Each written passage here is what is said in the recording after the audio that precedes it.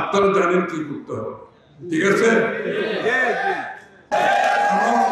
তার মাধ্যমে বাংলাদেশের জনগণকে বিনামূল্যে প্রাথমিক স্বাস্থ্য সেবার যে ওয়াদা বিএনপি করেছে, আপনারা কিন্তু তার একটি অংশ। আপনাদেরকে বাদ দিয়ে কাজ তো হবে না। আপনাদের মাধ্যমে প্রাথমিক স্বাস্থ্য সেবা বাংলাদেশের প্রত্যেকটি নাগরিকের কাছে পৌঁছে দেওয়া হবে ইনশাআল্লাহ। আর প্রত্যেকটি পরিবার প্রাথমিক স্বাস্থ্য সেবা বিএনপি ক্ষমতায় গেলে বিনামূল্যে বাংলাদেশের প্রত্যেকটি নাগরিককে পৌঁছে দেওয়া হবে। আপনারা চিন্তা করেছেন যখন প্রাথমিক স্বাস্থ্য সেবা প্রত্যেকটি নাগরিকের দ্বারায় পৌঁছবে, প্রতি মাসে প্রত্যেকটি পরিবারের 5 থেকে 10,000 টাকা আপনি সেভ করতে পারেন। সেভ হবে না? আপনি যখন ডাক্তারের পরামর্শ দিতে হবে না, চিকিৎসার পয়সা দিতে হবে না, ওষুধের পয়সা দিতে হবে না, প্রাথমিক স্বাস্থ্য সেবার সেবার জন্য প্রত্যেকটি পরিবারের 5 থেকে 10,000 টাকা প্রতি মাসে আপনার জমা হবে না, আপনার পকেটে থাকবে না। তাহলে প্রত্যেকটি পরিবারে এই যে অতিরিক্ত টাকা প্রত্যেকটি পরিবারের জীবনযাত্রার মানকে উন্নয়ন করবে। এটা অনেক বড় সিদ্ধান্ত, কিন্তু এটার জন্য বাংলাদেশ সরকারের অনেক বড় অর্থ বিনিয়োগ করতে হবে। এই জন্য আমরা স্বাস্থ্য সেবা, শিক্ষার জন্য জিডিপি 5% পর্যন্ত বরাদ্দের কথা বলেছি, যেটা এখন 1% থেকে 2%-এর মধ্যে ঘোরাঘুরি করতেছে। আপনি তো বিনিয়োগ করতে হবে। বাংলাদেশের মানুষের স্বাস্থ্য সেবা দিতে না পারলে তাহলে আপনি নাগরিকের যে প্রতি আপনার যে কমিটমেন্ট সেটা কোথায় থাকবে? তার শিক্ষা স্বাস্থ্য নিশ্চিত করতে হবে।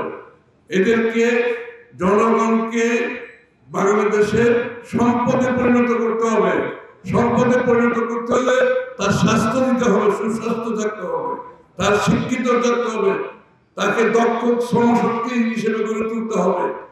তখনই আমরা যে বিএনপি আগামী $1 ট্রিলিয়ন ইকোনমির কথা বলছি, 1 কোটি লোকের কর্মসংস্থানের কথা বলছি, বিনিয়োগ ছাড়া তো এটা হবে না।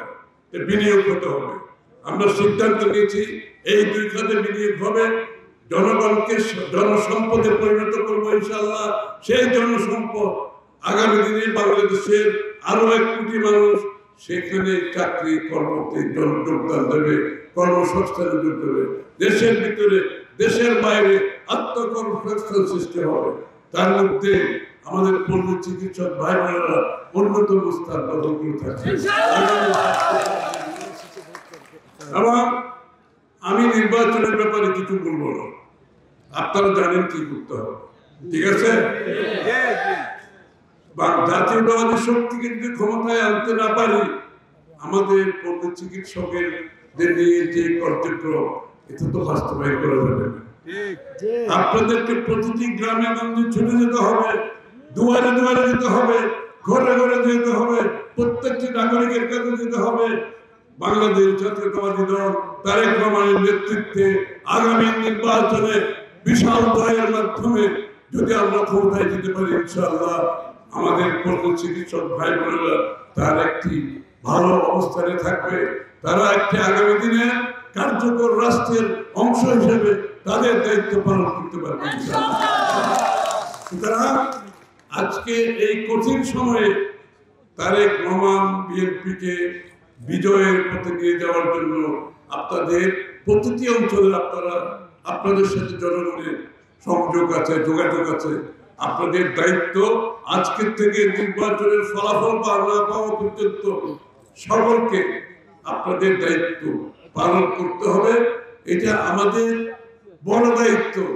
এই মুহূর্তে বাংলাদেশকে বাঁচাতে হলে, স্বাধীন সার্বভৌম রাষ্ট্র হিসেবে বাঁচাতে হলে এই নির্বাচনে বাংলাদেশ জাতীয়তাবাদী দলকে বিজয়ী করতে হবে।